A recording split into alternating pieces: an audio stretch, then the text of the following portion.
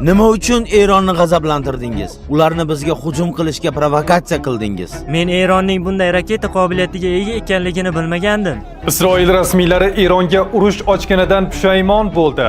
Isroil milliy xavfsizlik vaziri va Mossad rahbari o'rtasida janjal yuz berdi.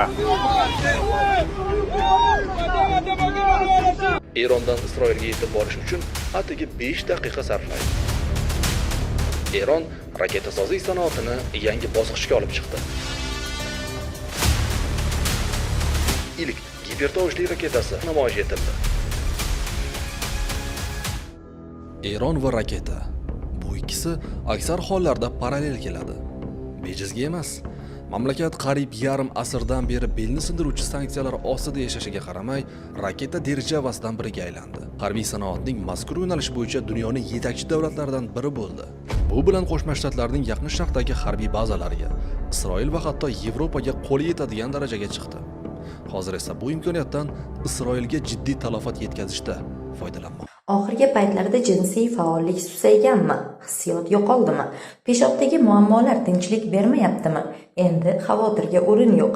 Yangi tabiiy yechim yordamida 5 kunda o'zgarishni sezing. Quvvat tiklanadi, hissiyot uyg'onadi, ishonch qaytadi.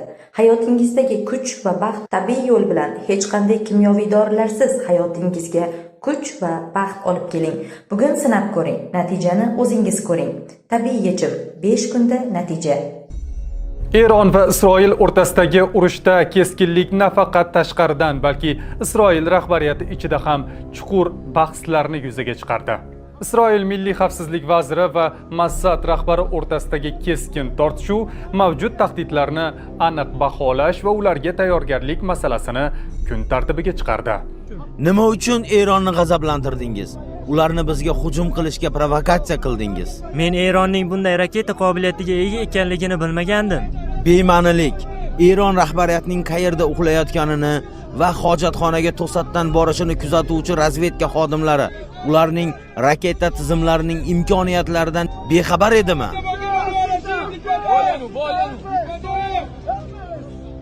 Tel Avivdagi Eron raketa hujumi natijasida vayron bo'lgan binoning qoldiqlari Netanyahu intervyu berayotgan paytda qulab tushdi.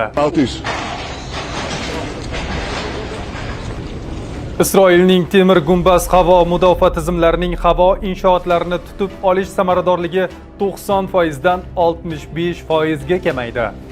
Eronning ballistik raketalari atmosferadan tashqariga chiqib, u yerda kinetik energiya hisobiga yuqori tezlikda pastga tushadi. Temir gumbaz bunday raketalarni ushlay olmaydi. Hizbulloh hali ham Eron tomonidan turish va unga bu zulmga chek qo'yishga yordam beradigan barcha turdagi yordam ko'rsatishga tayyor. Italiya AQShga Eronga zarba berish uchun o'z bazalarini taqdim etishi mumkin. Bu Eronning Isroilni qo'llab-quvvatlovchi davlatlarning bazalariga zarba berish to'g'risidagi ogohlantirishi fonida yuz berishi mumkin. Yaqin Sharqdagi urush alangalanib, xalqaro maydondagi keskinlik cho'qqiga chiqdi. Eron va Isroil o'rtasidagi to'qnashuv endi nafaqat ikki davlat, balki butun dunyoni chuqur o'yga toldirayotgan, har soatda yangidan yonib ketishi mumkin bo'lgan o't o'chog'iga aylandi. 8-kun mintaqadagi vaziyat tarangligicha qolmoqda. Har ikki tomon ham havo va raketa zarbalarini amalga oshirishda davom etyapti.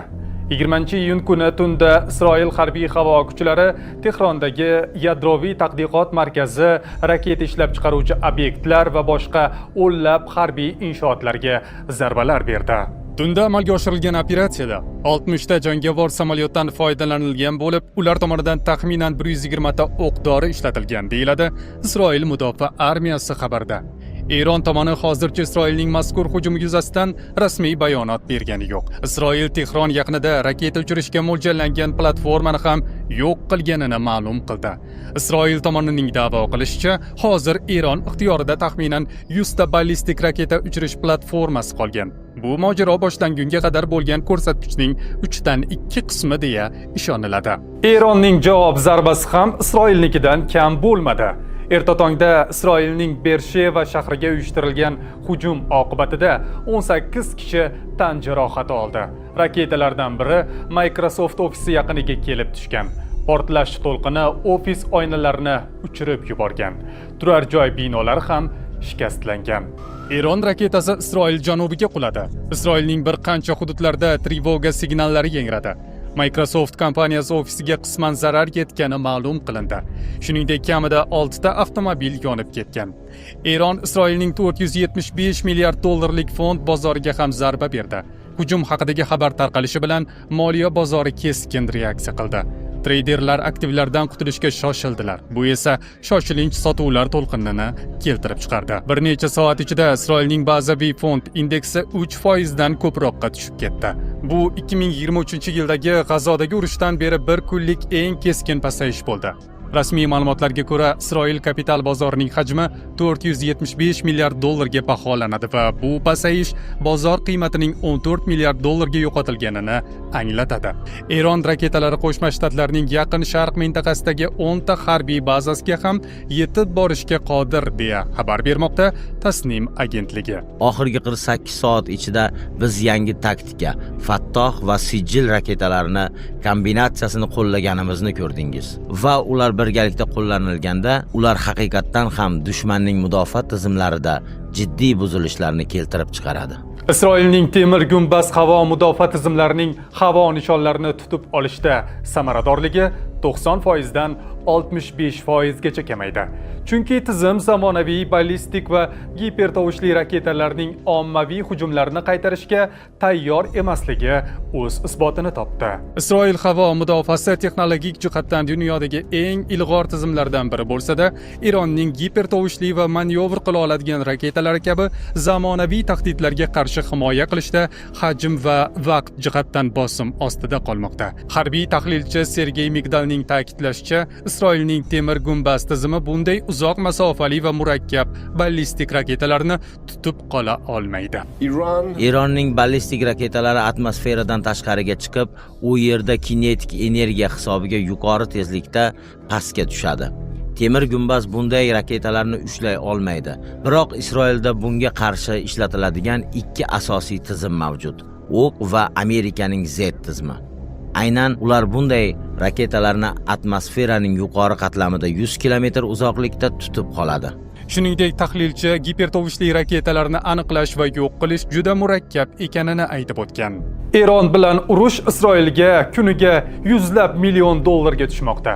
Bu esa Yahudiy davlatining uzoq muddatli jangovar harakatlar olib borish qobiliyatini sezilarli darajada cheklashi mumkin.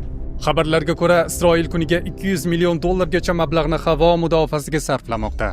Ham zarba berish, ham raketalarni qaytarish uchun ishlatiladigan o'q-dorilar va samolyotlar ham xarajatlarni sezilarli darajada oshiradi. O'sib borayotgan xarajatlar Isroilni mojaroni tugatishga undashi mumkin. Chunki vayron bo'lgan binolarni tiklashning o'ziga kamida 400 million dollarga tushishi mumkin. Bundan tashqari, G'azoga ham yo'naltirilayotgan hujumlar Isroil cho'ntagini ikki hissaga bo'shatmoqda. Sobiq mudofaa bo'yicha katta amaldor va Sahal shtab boshlig'ining moliyaviy maslahatchisi Rem Aminach aytishicha, Isroil Eronga qarshi birgina 48 soatlik operatsiyada 1,5 milliard dollar sarflagan. Ish haqqi, logistika, oziq-ovqat va yashash xarajatlarini qo'shganda, bu xarajat yana taxminan 27 million dollarga ortadi.